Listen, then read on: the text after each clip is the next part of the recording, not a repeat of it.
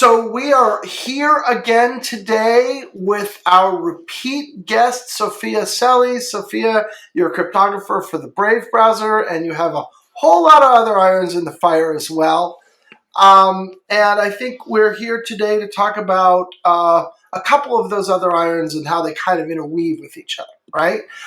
So for starters, you are one of the contributors of one of the NIST on-ramp contestants.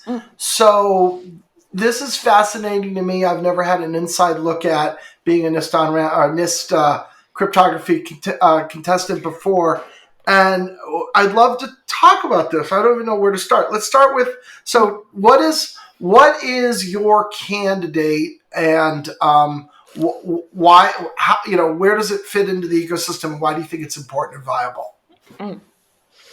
Yes, so hi, and thank you so much for having me again. This is such a nice podcast. And yes, essentially what we have is we have a team that has submitted a scheme that is called MAYO, which really doesn't stand that much for anything. The name is cheeky. We later can talk about why. But essentially, this is a scheme that is based on a type of cryptography that we usually call multivariate quadratic cryptography. It's essentially a type of cryptography that is based on the difficulty that humans and computers have of solving big systems of equations, and each one of those equations is of the quadratic form. So if we remember in high school or whenever, you are taught the quadratic form, and if you have like really big systems, like a lot of those equations with many unknowns, with many variables, and the degree of set polynomials is a degree 2, so it's a quadratic, then it is really difficult to find the solution to those systems of equations. And it's not only difficult to humans, it's difficult to computers and to even quantum computers as well. So essentially, that's what we are based. And on top of that specific like mathematical problem, we essentially built a signature algorithm out of that, which is called MAYO.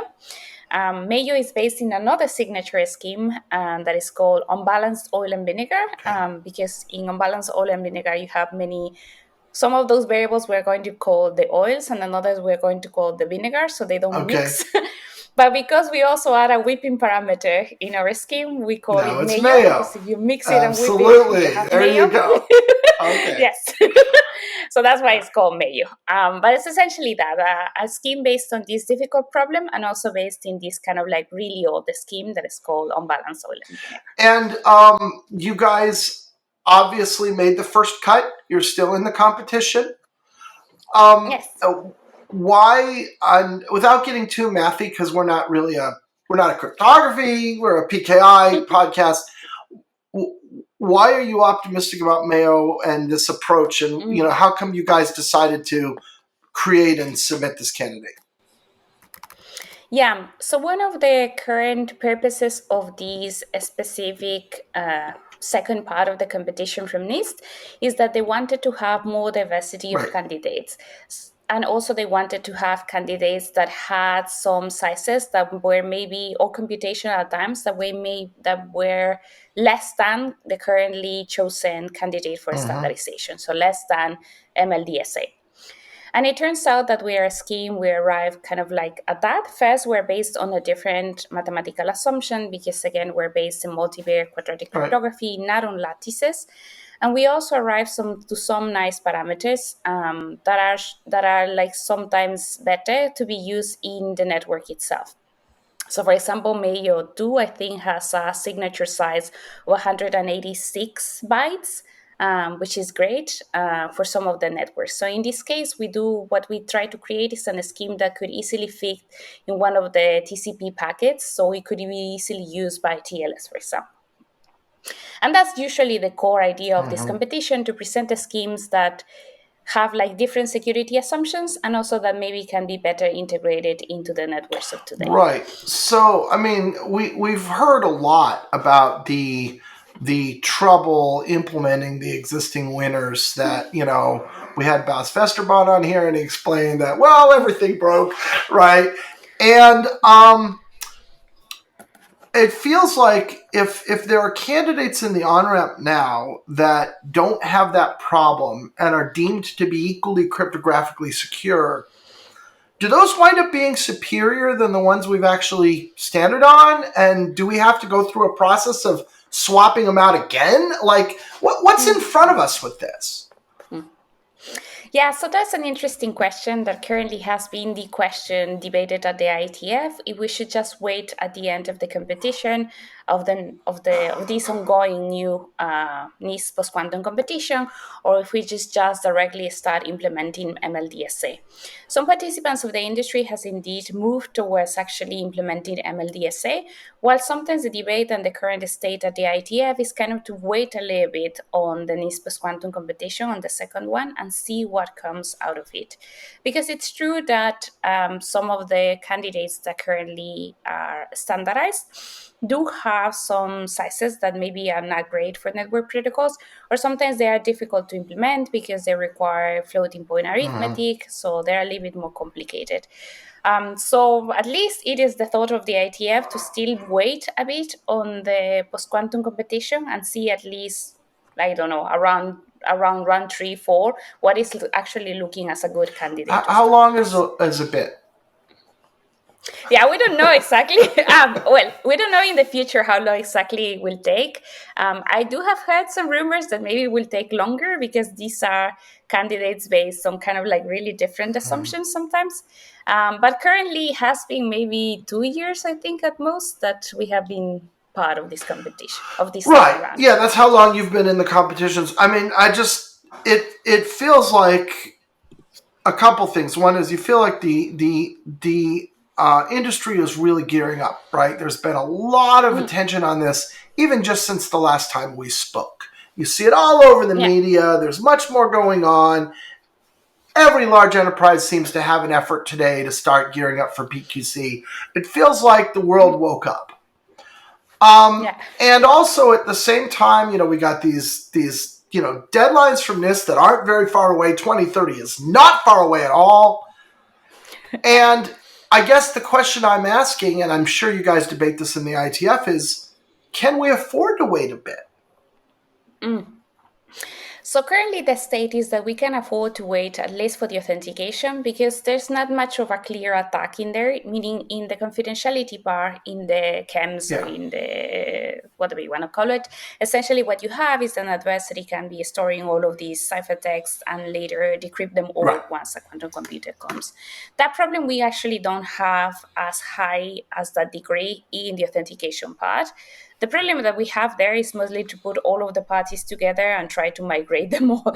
So if we take the TLS protocol just as an example, it's not only about browsers and servers changing their parameters and migrating, but also the parties who issue certificates, the parties who expire the certificates, the ones that do certificate transparency checks. So that's why the IETF in general and other parties are kind of waiting, because once we do one migration is what I feel, and we actually do this kind of like conversation between different parties, let's migrate now, that is going to be the only migration because I think it's going to be complicated to sit together again, like all of these different parties in the authentication work and migrate again.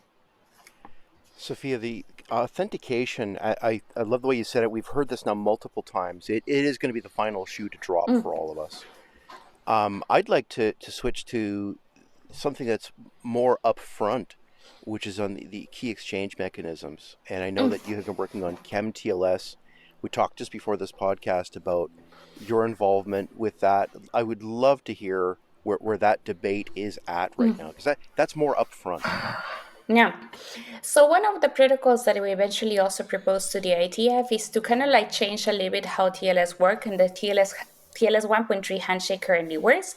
So currently what you have is that you have a difference of algorithms in TLS 1.3. You have the algorithms for confidentiality, which are of one type, the KEMs, and then you also have another algorithms, which is for authentication, which are the signatures.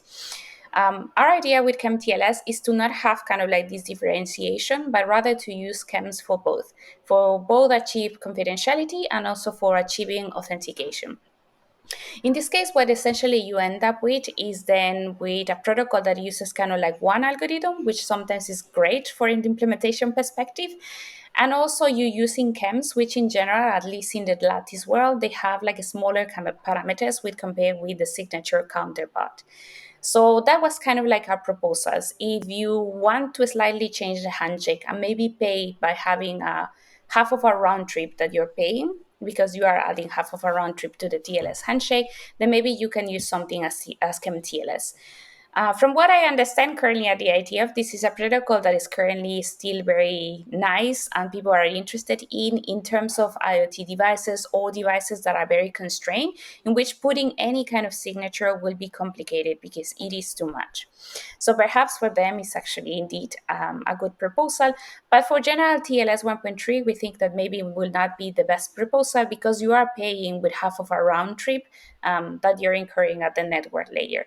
And while maybe at some point we will indeed, that will be fine. In general, in TLS 1.3, it's a no-no that we have a round trip or a round trip. In fact, we even have a version of the TLS 1.3 protocol that has 0 round trip time. So we add a round trip, generally, we don't like it that much. But at least for some more constrained devices, it could be an alternative. Wow, there's so much going on. So that's a great explanation in terms of what's fundamentally going on. What, if you don't mind me asking, what are the alternatives being discussed? In other words, almost like for the audience, if you were to back it up just a little bit and try to characterize what the fundamental frictions are within the what are the different stances people are taking fundamentally on this topic? So the majority of times, at least on TLS, it has been that there's two proposals I'll say on the table, which is essentially either use how TLS 1.3 currently works right now, so essentially has these two types of algorithms, or later maybe introduce a slightly modified version of TLS 1.3, for example, KEM TLS, that uses the same algorithm for the both properties. And it's currently that the debate if what is better to kind of like change completely or slightly change the protocol to add this extra round trip or extra half of a round trip, or just continue with the same way that TLS 1.3, but just swap the algorithms, which is the case of indeed just using MLDSA instead of the NIST curves or instead of the 225519 and just swap the algorithms. So those will be like the two proposals. But it is true that more from a network perspective, indeed, adding like the extra round trip is not the best thing. So indeed, people have been looking more into just swapping the algorithms and waiting for the result of the second call of the NIST post-quantum competition to see if indeed we end up with a signature algorithm that doesn't allow us to pay for the big prices in the TLS 1.3 hand. So, and that's coming soon, is that right? That's just what I was going to ask. Come again? Do we have an expectation? I know NIST does it when they do it, but do we have an expectation for when the second call of the round will occur? No, I mean, right now it's currently happening, the second call, so we at least have a second round candidates. But from what I understand, they want to at least make 2 more rounds, as far that's what I heard informally. So it will take a little bit of time. But to be fair, I think that NIST has learned a lot from the process that they have been doing for such long years. Because now, actually, when they advertise the new candidates that were moving to the second round, they didn't take a lot of time. I think it was a year and something, which is shocking because in the other occasions it has taken them way more time. So I feel like this process maybe is going to be a little bit more fast or more streamlined because they already have all of this experience of how to run the competition. Sophia, maybe the final topic about this, but would love to hear overall, and this is, I think, a question a lot of folks are asking closer to the audience that we're listening to. What about, we've just heard the fact that TLS handshake itself, so fundamental in what we do, still questions that are outstanding in terms of how that's going to work in a post-quantum world. In terms of the large signature problem, and for digital certificates very specifically, the CSR process as it stands right now, again, such a fundamental aspect to what we do. Where are we at in terms of how to deal with the large signature problem? I know we've seen different kinds of proposals that are out there. We've talked about them on this podcast. I'd like to hear your take on that. Yes. So in general, from what I've heard from the most certificate-based people, is that it's not so complicated for them to actually issue bigger certificates. And indeed, we have even really big certificates because people sometimes can add these extra fields to the certificate and they just keep adding data. So we have a really big certificates in general in the world. The problem is when we put that certificate in the network itself, that in general that will mean is that the network, maybe at the network layer itself, at the TCP or UDP layer, then it's going to be result in an extra round trip at the network layer. And that's essentially what we don't want. We don't want like an extra round trip because you sent a certificate that is so big.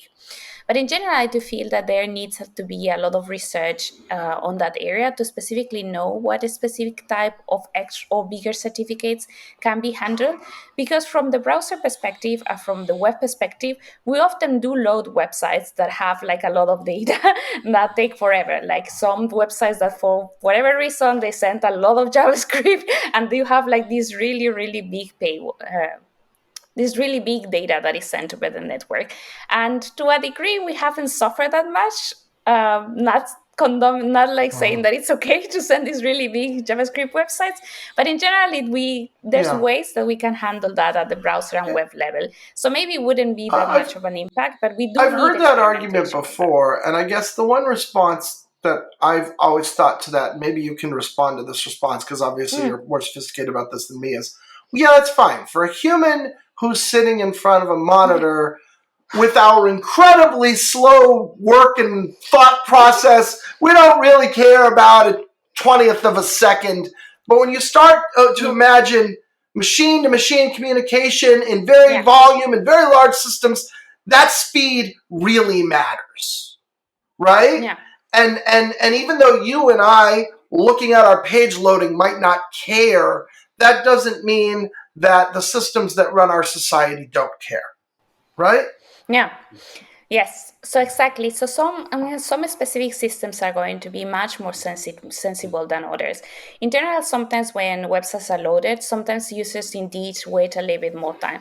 But other systems, users usually want immediate information. So I don't know, just think about the search. So in search, usually people want like to the less than a millisecond. Immediately you get the results. So definitely that's not a system where you could put like a really big privacy preserving algorithm because users are going to be annoyed. But for others, we already are accustomed sometimes to websites that somehow uses their React framework and take forever to load. That already happens.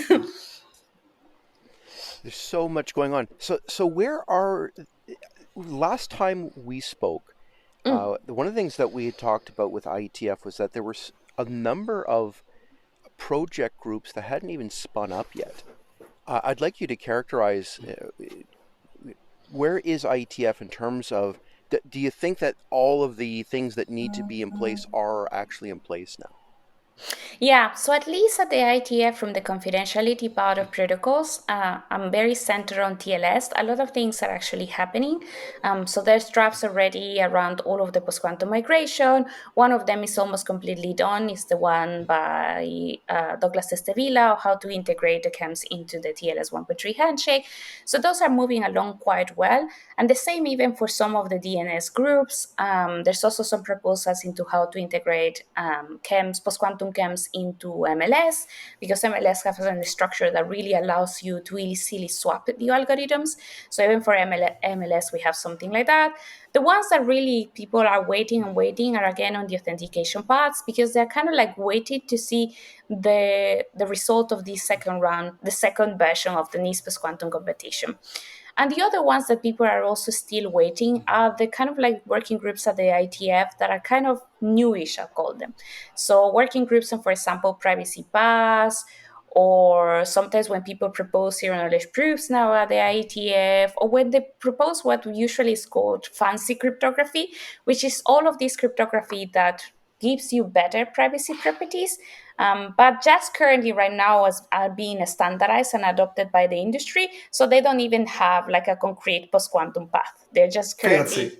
These are privacy preserving. Let's adopt it because it provides more privacy properties for the users. They're still classical. Let's think about post-quantum on them later. You've packed so much into one episode, Sophia. Thank you so much. No. Thank you, Sophia. This has been Root Causes.